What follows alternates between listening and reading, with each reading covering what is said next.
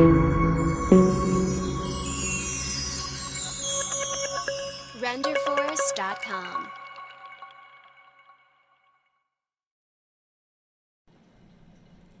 Hi all, I'm Trisha Peach, host of the Peach Buzz, and I have a very special thing to talk about today, very near and dear to my heart, and that is special needs kids ministry. How do we help these families? Some tips for really making a difference in their lives. This question came about. I was seeing quite a bit of people on kids ministry forums saying, how do we do positive classroom management when you have kids that have huge special needs in your classroom and it can get disruptive?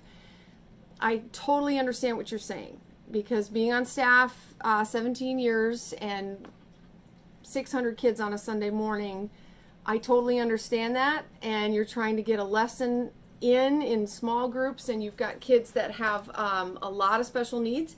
Can I just say too, there's physical special needs, there's a huge rise in autism, there's a huge rise in mental health issues with children. We have more and more cases of suicide and depression for kids that are 4th and 5th grade. It's horrible. I do a teaching on that too here on the Peach Buzz. Also though, there are kids that have special needs due to family circumstances. Their circumstances are just horrendous. We had one child many years back that was having outbursts of rage because he walked in and found his mother passed away from an overdose of pain medication. And once you knew the history there, you understood why he was so angry, why he'd have crying outbursts. That was something he was struggling with. So when I say special needs, that's a huge spectrum of kids that have special needs. But we're seeing an increase of kids with special needs in all of our ministries. So what can we do? Well, I wrote about it in my book, Your Children's Ministry Beyond Basics. Chapter 4 is all about special needs in ministry, family ministry, in your church. But I wanted to start with a little story. This is a true story that is at the beginning of chapter 4 that I wanted you to hear. It says, "Thank you for taking a moment to talk with me," this mom said over the phone. "On a busy Monday packed with meetings, I was lucky to sandwich in a few minutes for phone calls before the day ended." It's true. But something in this mom's voice caught my attention. I grabbed my pen and paper in case she was about to bring up a problem or a complaint. To my surprise, she said, "I just wanted to thank your team for the service for my kids this past Sunday." Yeah, you're welcome," I said. "We're always striving to make our services connect with kids and have an impact." After a moment of silence, the mother continued, "Well, you see, Pastor Trish, my husband Neil is the worship pastor at this church downtown. Actually, I am a licensed worship pastor myself. My husband and I used to lead worship together here, and I miss it so much." I waited with bated breath for her to tell me she quit ministry due to conflict issues or leadership struggles, but instead she said this: "We couldn't wait to start a family as soon as we got married, but our boys, who were born 1 year apart, are both autistic and very severe on the spectrum. We soon began to feel unwelcome at the church we had pretty much lived at all those years. I could no longer serve there because I had to take care of the boys. And then came the day that the children's ministry could no longer accept them, and they made noises in the main service. I loved our church. I lived for those services. Now I have not been at any church in any church service for over 3 years because I have to stay home with the boys. I feel like we are pariahs cast out of God's house." Ouch. "And it has been so hard." She started crying here. "But last Sunday, I decided to try out one of your site churches that meets in a school. I thought that might be smaller, easier, so we could quickly run out the back door if things got bad." Ooh. "I called ahead and explained the whole situation to one of your staff, and she told me to come on ahead. Inside, I was doing a happy dance." Yes, I was, because I knew that staff member has a huge heart for kids with special needs. "I was terrified that this would be a disaster, so I sat just outside the door for the entire service. I was terrified but your team never called me once. They didn't make a big deal when the boys made noises, and they even tried to include them in what was going on. I just sat in my car after the service, put my head on the steering wheel, and wept. Even though I didn't get to be in worship or even hear a sermon, it felt so good just to be inside of a church building for the first time in 3 years. It felt good to feel like one of God's children again, to not be treated like a burden or a freak or a failure. I had tears running down my own face at this point. I just wanted to say thank you. I wanted to give it another go this Sunday, and whether it works out or not, I'm grateful that at least your team tried. Wow.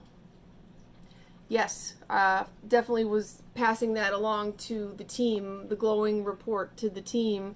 But I wanted to share her story for an important reason.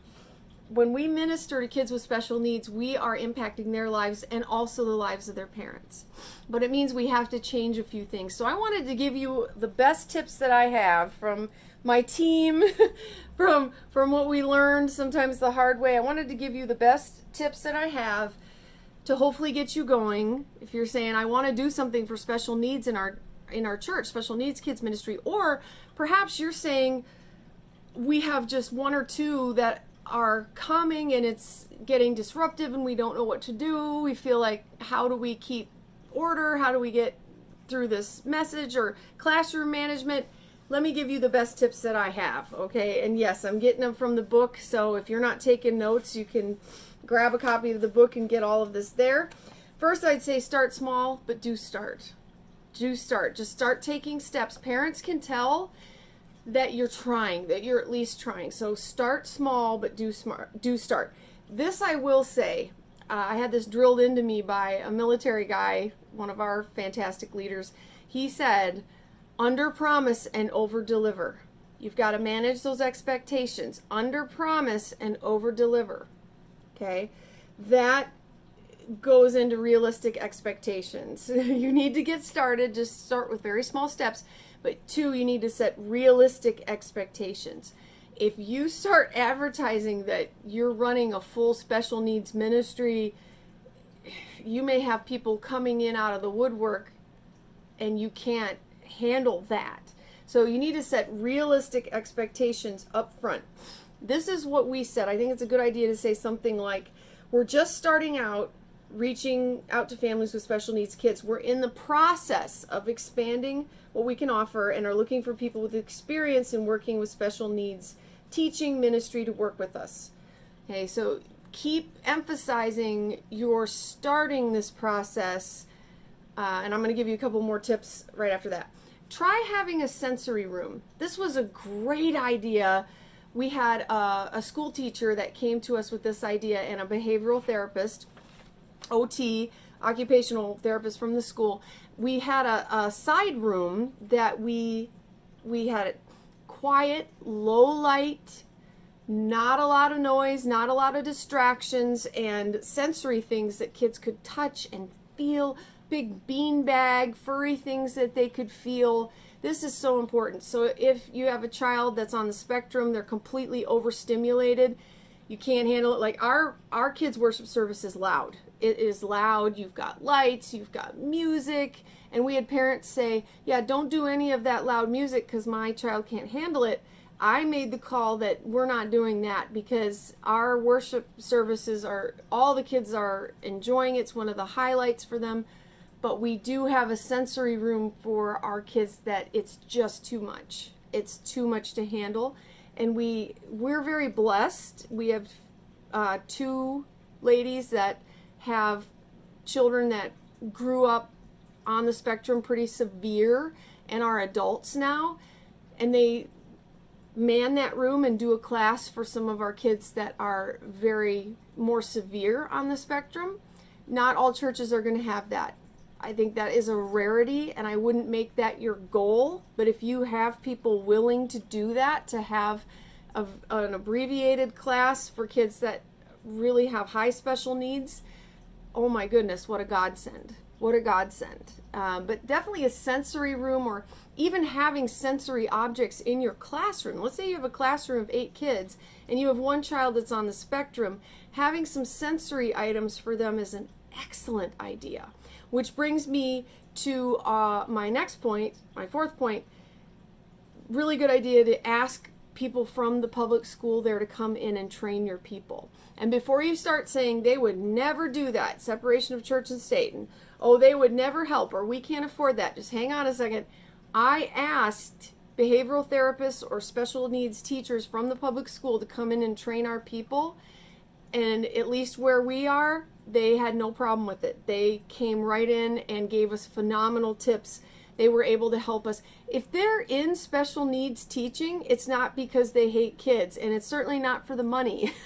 They have this expertise, they have this knowledge, and if they can share it with you, thank God. Sometimes they'll do it for their gas. Sometimes they'll do it for a love offering. Call them and say, will you come in and do a class for our teachers? You might be surprised at the response you get.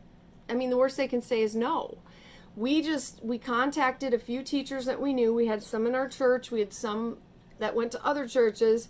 And we said, could you come do a training?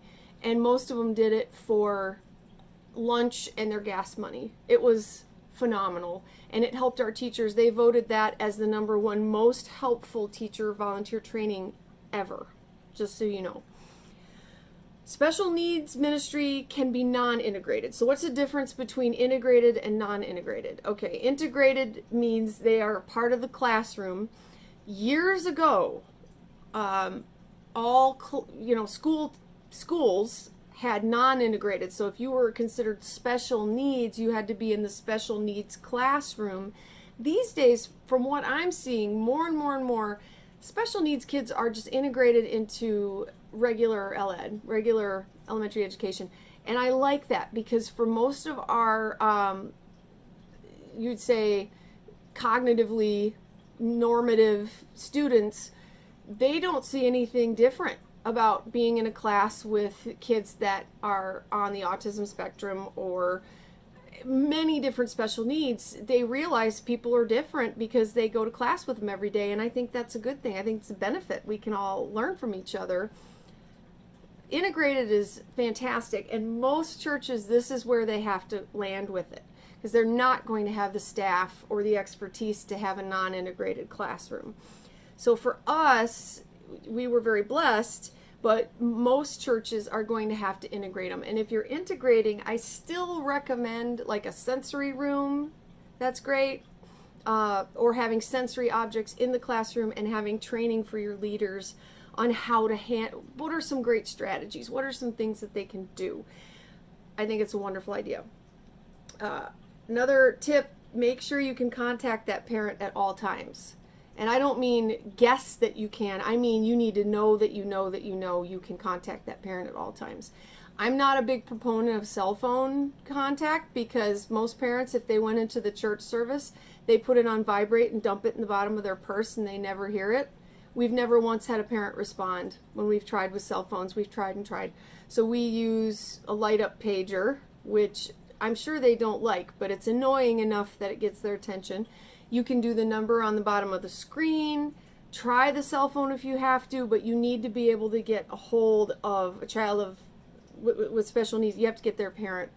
And I mean that if, let's say they have a severe allergy, and you say, well, we would never bring peanuts in here. That's great. We had a child come in that had just eaten a peanut butter sandwich and it was still on his breath, and it sent a little girl into reaction. You have to have a way to contact every one of those parents, especially if it is a child with special needs. Because we're going to get into, you should not, and I will reiterate, never, never, never should you and your staff be responsible for any form of medical procedures or medication for children of special needs. I know we all have a big heart. I know we want to help, but legally, you should not be doing that. You're wide open for a lawsuit, and you don't want to set a precedent that you are doing medical thing. I did consulting at a church where a lady was changing the child's feeding tube, and yeah, I was horrified. I said, this is nope, nope, nope, nope, nope. I would not be doing that. You don't administer any kind of medication. If there is any kind of a need like that, you page the parent. Remember, you have them for an hour, maybe up to an hour and a half. If there's anything medical that needs to be done, you call the parent and have them do it. You don't administer medication. No, no, no, no. You don't. Feedings, things like that, that is for the parent to do. I know we have a big heart, but I have one that is a nurse, and she told me, volunteer, and she said, I would not do medical procedures when I'm volunteering. I would not be changing feeding tubes or giving medication. So that's one expectation you can set very clearly. No, I do not. Our kids ministry does not do medical procedures or hand out medication. That should just be across the board. If you're already doing that, you need to stop. That's not a good idea. It's like a lawsuit waiting to happen. I would look at every case on a case-by-case basis. No two children are alike. You can't say we're going to accept all kids on the autism spectrum in kids ministry just the same. The spectrum is so wide. They're so different. Every child is different. I would meet with the parents and not be afraid to meet with the parents and say, all right, what are they doing for your child in the school? What is the diagnosis? What is the plan at the school? You can ask them, hey, what is the plan at the school? You may get some incredible ideas, because remember, more than likely they're having to deal with this at the school system. So find out how they're dealing with it there and see what you can and can't do. Remember, you are not a school. You are not a hospital. You're kids' church. So think about realistically what you can and can't do. And remember to tell the parents, if it's not working out, we are going to call you and we want to work with you. Most parents are really open to that, are going, oh wow, you're willing to work with us? Okay, let's try this, let's try that. This works really well at home. This does not work with my child. Have a meeting with them, talk to them, and hear what they have to say. The parent is the one that's with them the most amount of time. They have some incredible insights typically, and often we're afraid to ask. The problem I run into, because I do have a special needs background, and my own son's on the spectrum, sometimes in about 2 minutes I can tell, but the parent is not willing to accept that. So in your head, I usually won't say it to the parent. I will not say it. The school system will let them know. But sometimes they'll say, yeah, the school system says my child is on the spectrum, or my child has special needs, and they're wrong. They're just wrong. And I don't try to push it with them, because if they're not ready to accept it, they're not ready to accept it. And it's not your job to diagnose or to get them to accept it. What it comes back to for us then is our rules, which this is really, really, really important. I want to stress this.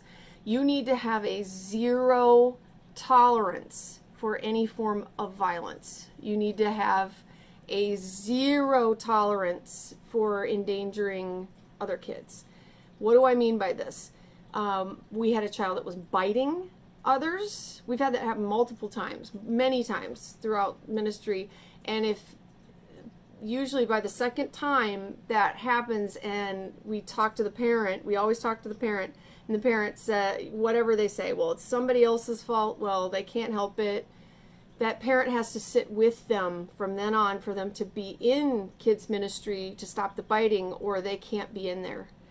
And that's a safety issue. That's where you say, I'm sorry, we have a 0 tolerance for that if we're not able to stop that. And I've had them say, well, they're on the spectrum, they can't help it. And I totally understand that, but we cannot have them in the room with other kids when they're biting, because you are going to get sued and you're going to have other children get hurt. It's a really hard part of being a kids leader or a family ministry leader, and I would get your senior pastor on board with you and just say, we can't have them in there because of these biting incidents. And I'll say to the parent, you're welcome to sit in there with them, but you have to be on top of it and make sure they do not bite anyone or hit. We've had that issue as well, where the child is say 6th grade or 7th grade level, but they're in 4th grade or 5th grade, or they're a really big kid. Let's say they're 4th grade and they're a really big kid and they don't understand and they're hitting other kids. We have a zero tolerance for that. No hitting is ever allowed, no matter what. And if a child hits, they are immediately removed from the classroom. We call the parent, we talk about it. We ask for the parent to come up with strategies to try to help this to never happen again.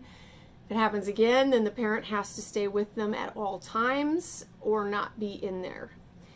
That is whether they are special needs or not.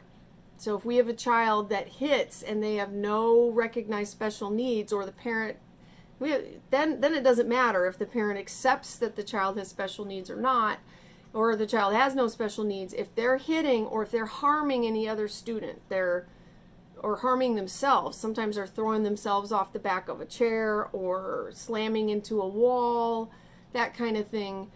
If they are harming themselves or other people or teachers, I won't allow my volunteers to be harmed either. And I'm talking, I had a 6-year-old that would slam into a teacher and cracked her shin bone. It can't go on like that. So you need to have a zero tolerance, completely zero tolerance for any kind of violence. So if they're harming someone else or themselves, you immediately remove them from the classroom and you call a parent, because it's not allowed. And most parents will understand that. Most of them will, not all. They'll say, well, you're supposed to be a church. You're supposed to show grace. And I usually respond with, I am. Showing grace for the other 20 that are in that classroom. We can't allow kids to be unsafe. Safety has to be number one, and they can't learn about Jesus if they're not safe. And that's a hard part of ministry, but I had one parent say, well, that's not fair. You are supposed to leave the 99 and go after the one. And my response was, yes, but if that one sheep is trying to bite hunks off of the other 99, they're going to get their own pen. Okay, they're going to have to be in their own pen. They cannot be in there biting hunks off the 99. That is the way that I look at it. So safety has to be extremely important, and zero tolerance there. I would say balance is extremely important here. You remember I said I'm not going to cut out all worship for 600 kids because 4 cannot be in there. I believe worship is extremely important, and I'm trying to hit all learning styles too. I don't cut out all puppetry, as I do have one, it's a neurotypical child, but it's absolutely terrified of puppets. I still have puppetry. I just warn her parents before we do it, so they keep her in till our puppets are over. It's balance. It's always balance. You're trying to find new ways to include all kids and all learning styles and all different ways of worshiping God in church. So I think it's also great if you put a lot more hands-on things, because many special needs kids are kinesthetic learners. They learn better through touch. So I love it when teachers incorporate things like water, or let's all dress up like these characters and act it out, and feel the roughness of the sand that when Moses split the Red Sea. I love that, because our kinesthetic learners and our special needs kids, really, that benefits them tremendously. I would also say for all of our kids, neurotypical and special needs, you need to limit each activity to 5 minutes max. Remember, they've got an attention span of like 4 minutes, 5 minutes, but if this child has ADHD, it's much shorter than that. And if you're going on and on and on in one activity without breaking it up, you're asking for a meltdown. That would not be a good idea. I would make sure you're changing things up continually. If your story's not connecting, have them start acting it out. If they're starting to go off the walls a bit, well, incorporate a puppet, incorporate kinesthetic learning, but you've got to keep it moving. You have to keep it moving.